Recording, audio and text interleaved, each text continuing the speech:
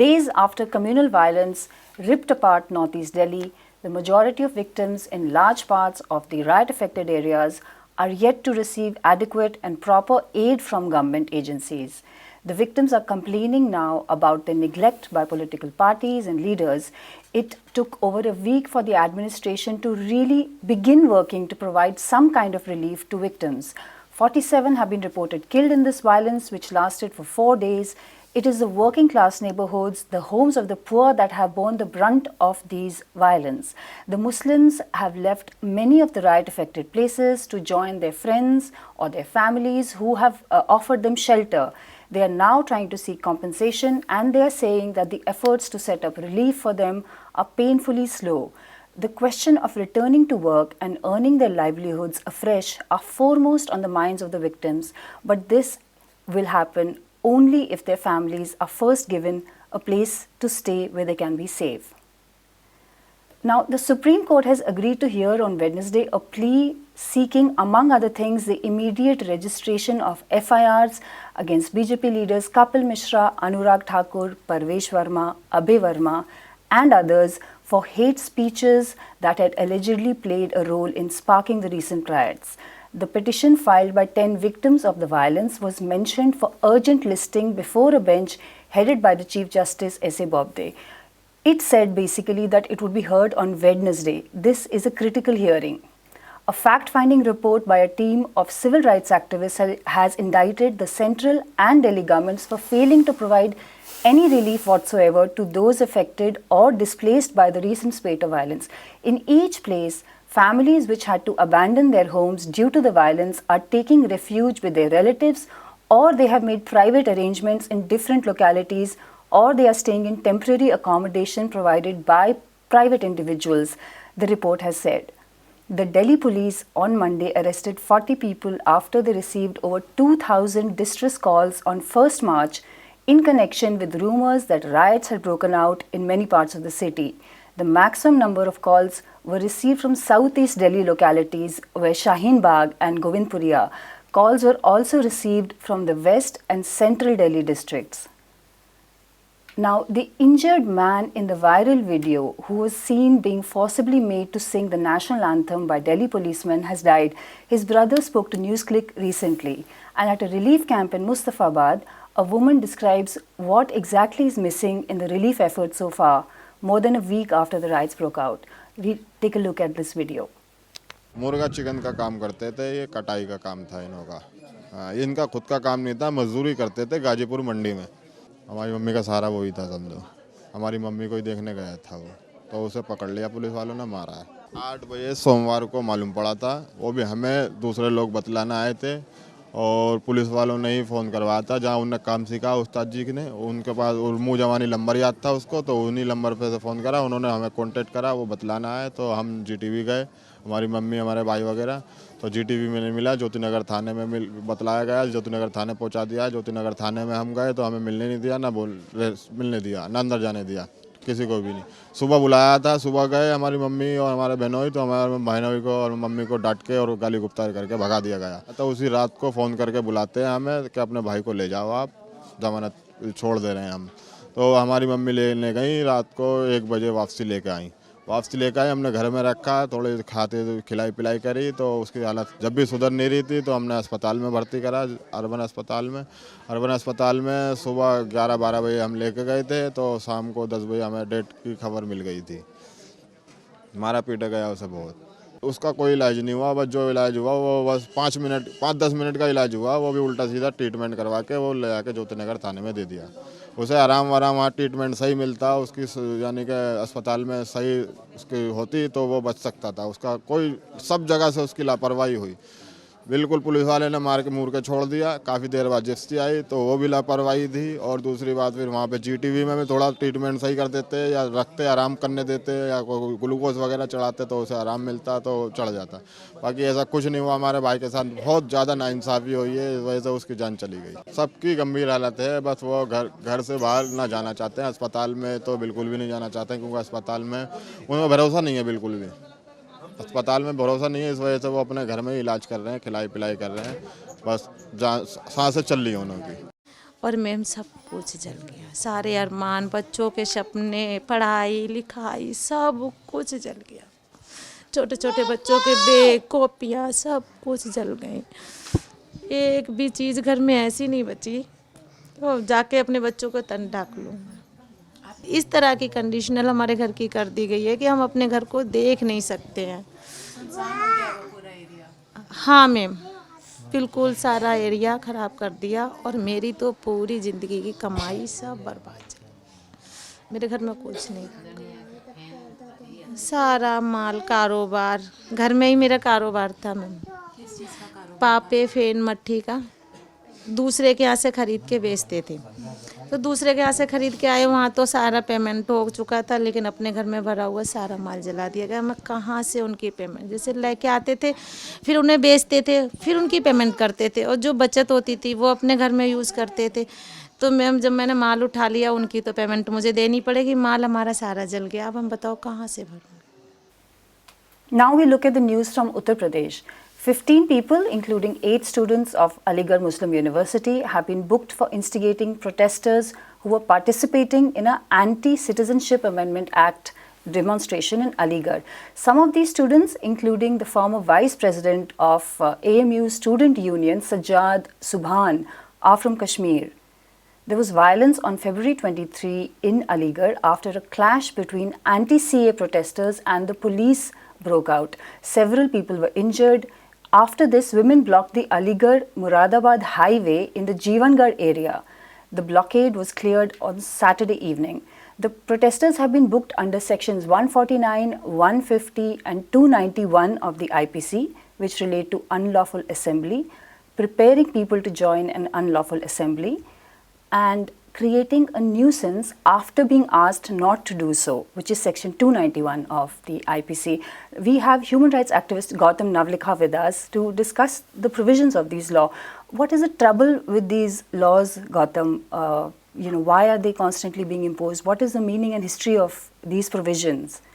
These are colonial laws which have carried on in the Indian Penal Code. Therefore, under the British Raj, the police used to employ them to effectively silence freedom fighters. And this is precisely what police in BJP-ruled states are engaged in doing. It's a very simple thing. They declare 144, so every assembly of more than five people becomes unlawful. Once you declare an assembly as unlawful, then you can arrest anybody under these provisions of the Indian CRPC by saying that you were instigating people to join an unlawful assembly, or you were part of an unlawful assembly, etc., and that you were creating public nuisance. So this is the lowest threshold of law, so to say, the police use to clamp down on protesters and people asserting their democratic rights. And like under British, the UP police is doing precisely the same thing. The selectiveness of where you enforce law, against whom you enforce law, whom do you silence, whom do you declare as unlawful, it's very clear from the conduct of police in BJP-ruled states, including Delhi. Look at the brazenness of it, that Kapil Mishra, who everybody knows is one of the prime instigator of violence that affected Delhi for 96 hours and more, and for making the most outrageous and provocative, insightful slogans, Goli Maro, Goli Maro. Right. The strange thing is that person now enjoys Y+ security thanks to the Ministry of Home Affairs, which is controlled by Amit Shah. Right, so it's like he is being patronized. People like him are being patronized. So police don't touch him even when they broke the law, violate the law, violate section 144, come out on the streets, hold a so-called peace rally where Goli Maro slogans are once again aired, under his watchful eyes, so to say. So it's very clear that all that police is doing is at the behest of the ruling party to crack down on anybody who questions CAA, NPR and NRC, because they don't want, obviously they fear these protests which have been peaceful, without any hooliganism, and which have actually secularized the whole debate and discussion and conversation that we were having. Obviously BJP is unhappy with it, so it's trying to use the police powers that it has, which is it has inherited from the British Raj days, to clamp down all peaceful protesters and democratic. Find again that these are students actually, a large number of Yes. those who are being cracked down upon are students. Well, students apparently under BJP rule seem to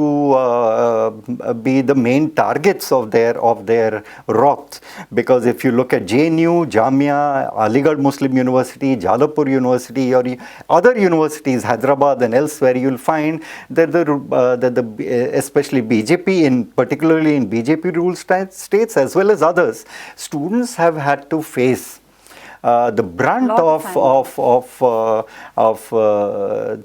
the government's crackdown, because they're becoming more and more intolerant of even the most democratic protest and peaceful protest that is taking place today. So the moment, and today, let's not forget, today in Delhi, right. Students were prevented from holding a rally in Ramlila ground. Peaceful protest, that too in a designated area which is Ramlila ground, whereas Kapil Mishra and others like him have been allowed in Delhi to carry out rally in violation without police permission.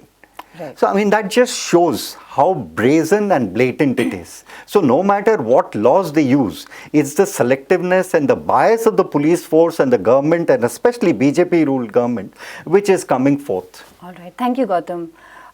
Now we look at the update. Now we have a video actually from the nationwide anti-CAA protests which are going on across the country.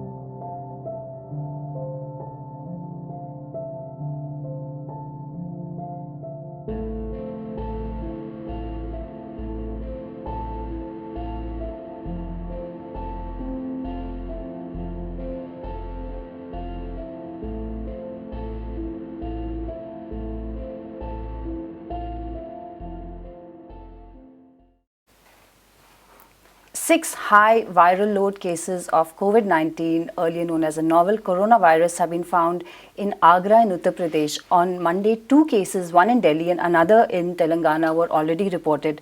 The 6 new cases are admitted in Safdarjung Hospital in Delhi. They had apparently come in contact with a 45-year-old patient from Delhi whose case came to light on Monday. They include his family members. The man is apparently a resident of East Delhi. All 6 newly identified cases are in isolation in the hospital. Their samples are being sent to NIV Pune for confirmation.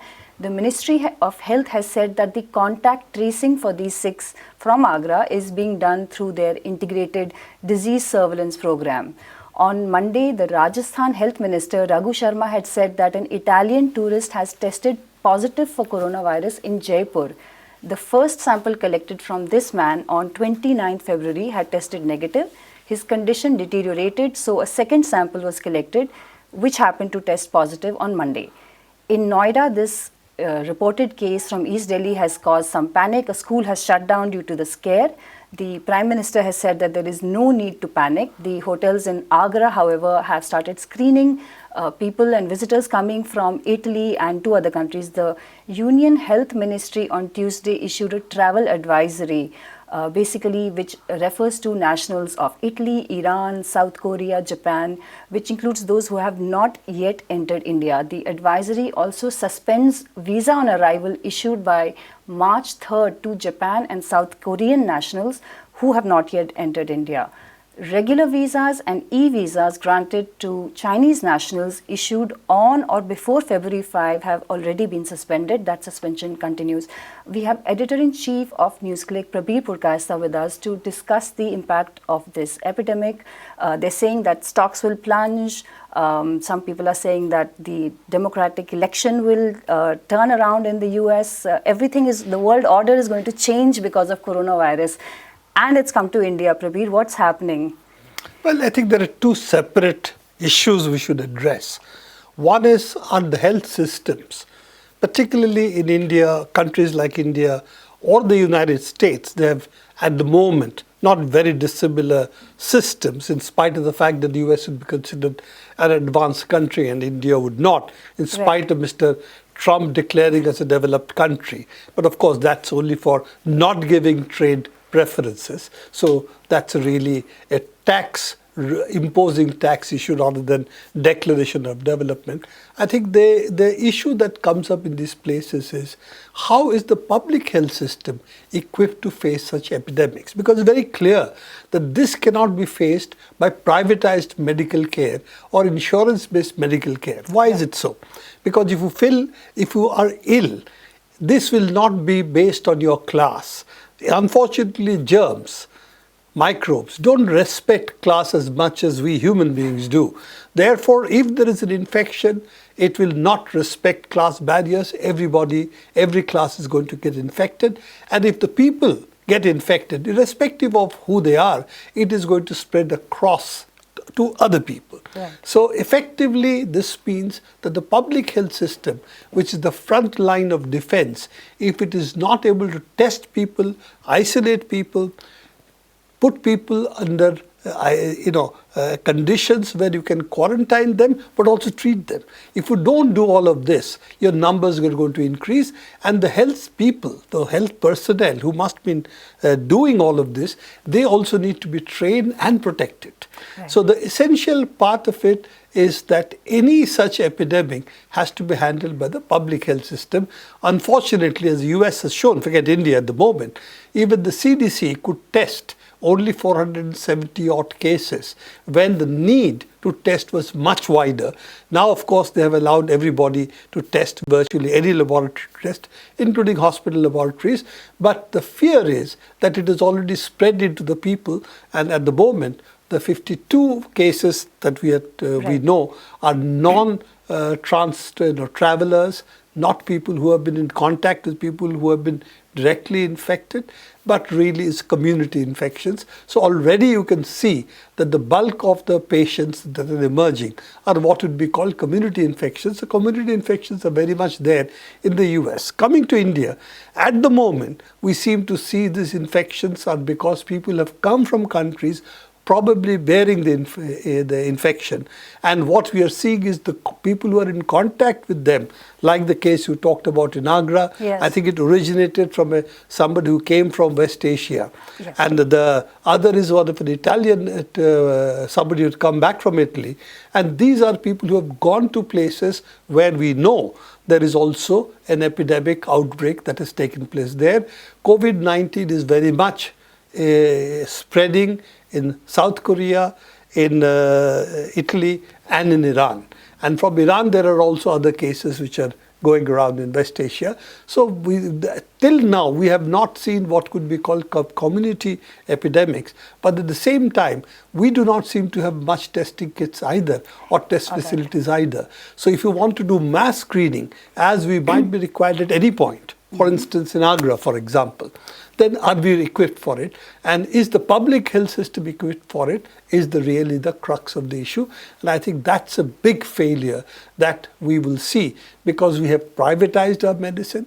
We have made sure that even when you have a government like ours, which has given health facilities, it's really by co-opting private players into the health system, Right. private doctors into the health system, and family clinics, mohalla clinics. So you are going to see that the real need of hospitals, public health systems, testing facilities, quarantine facilities, all of these are going to be tested very badly in India.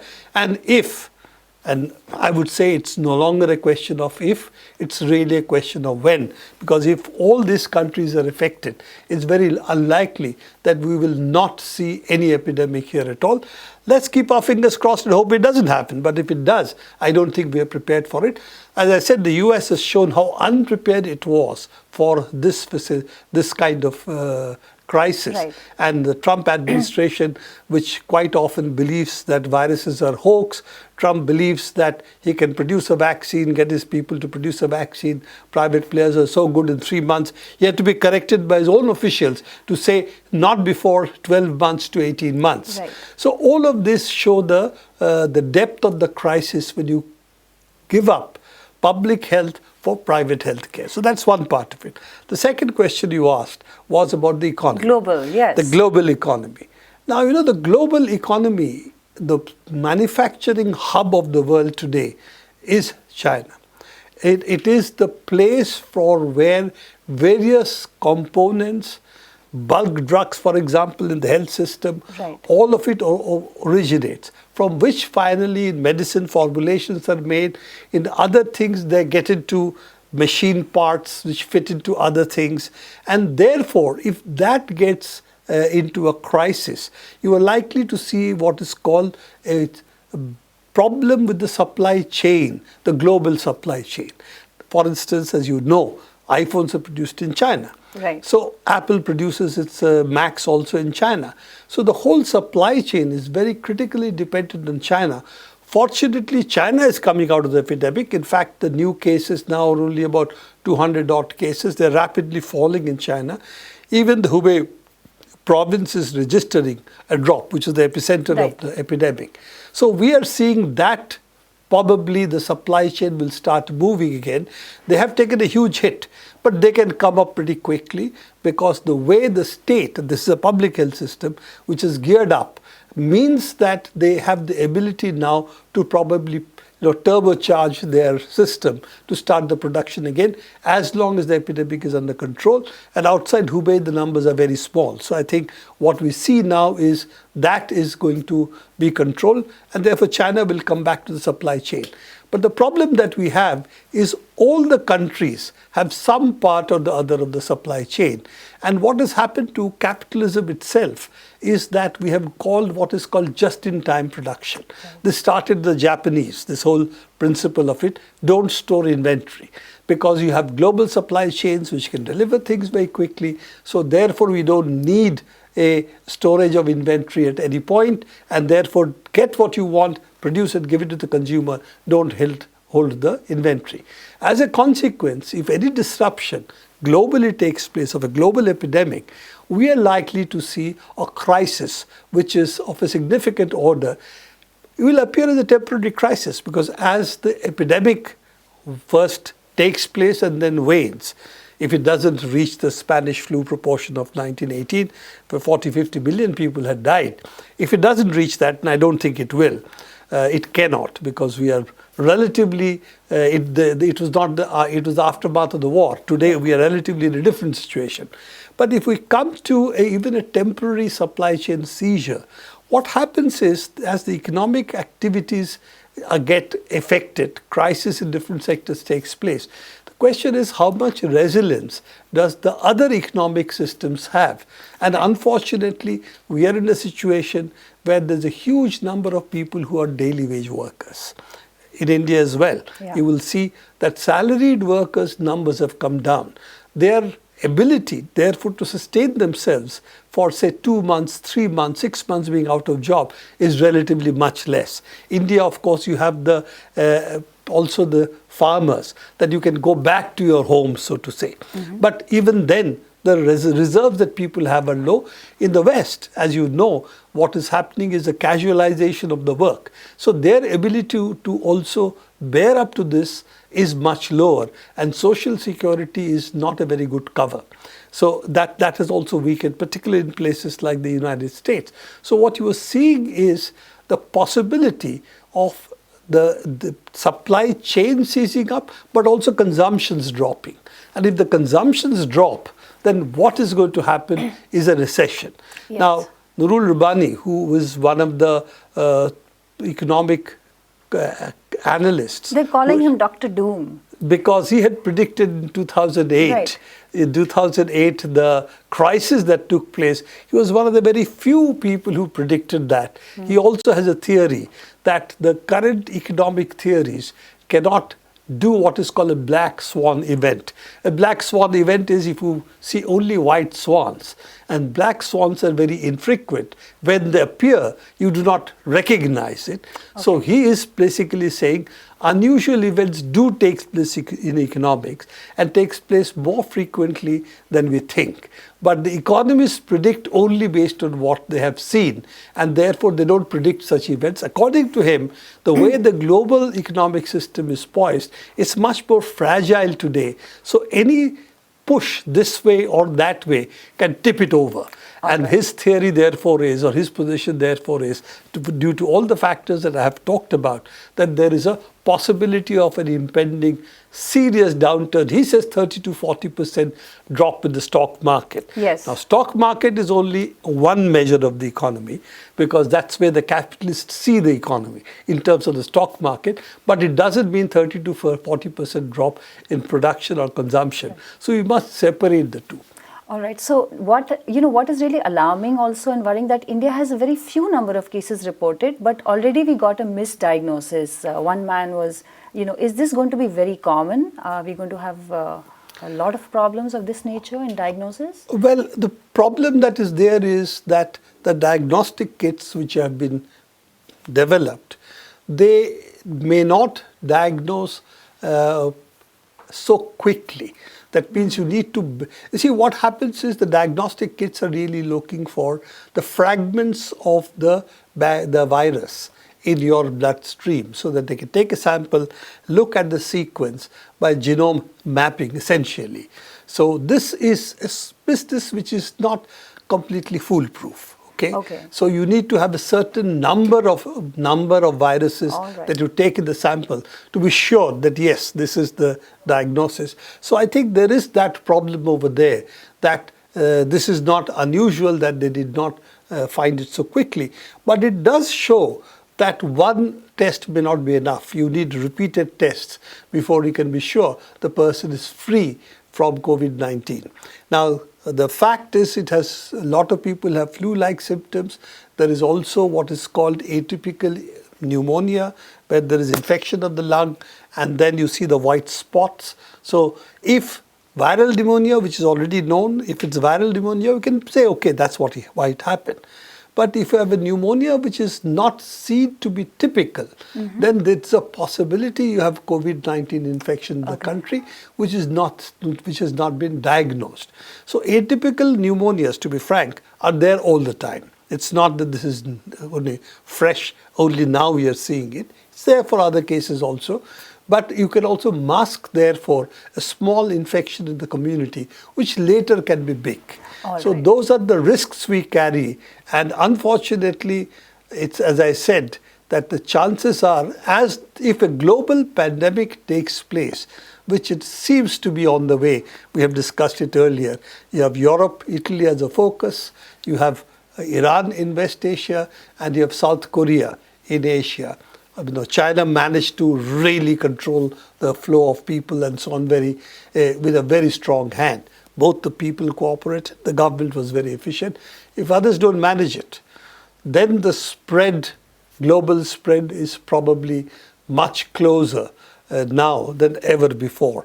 And WHO has already elevated to the highest risk, and they are one short of declaring it a pandemic. And the way it's spreading now in Germany, in France, in the United States, and if the United States goes up, as you know, there are a lot of non-resident Indians who are coming back and forth.